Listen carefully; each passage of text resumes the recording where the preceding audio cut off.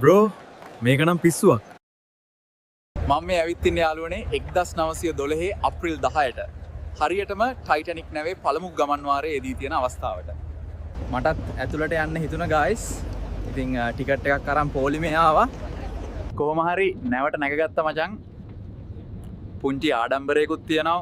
මේකට නැග්ග එකම ශ්‍රී ලාංකිකයා මම කියලා. අපි දැන් පිටත් වෙන්න යන්නේ.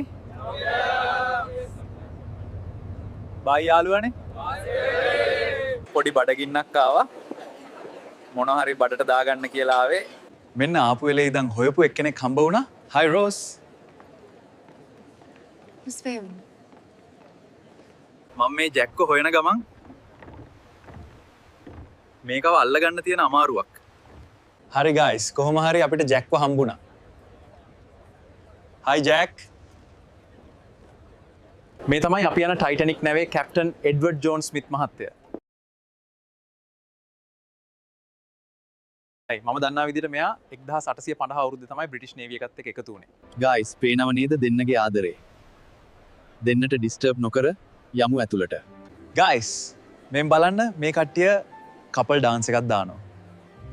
මේ අයට නම් නැව ගිලුණත් බෑන්ඩ් චූන්. අරුන් දෙන්න අර එළියේ මගුල් නටනවා කුබ ගහේ එකා බලන්න ගිහින් නේද නැව අයිස් කුට්ටිය හැප්පෙන්නේ. යකෝ මට ඒක ඉස්සෙල්ලා මතක් වුණේ නෑනේ. ටයිම් ට්‍රැවල් කරලා ආවෙත් මේක නතර කරන්න කියලා. දැන් පරක්කු වැඩි ගයිස්. බේරෙන්න විදියක් හොයාගන්න ඕන නිසා මම මේ vlog එක මෙතනින් නතර කරනවා.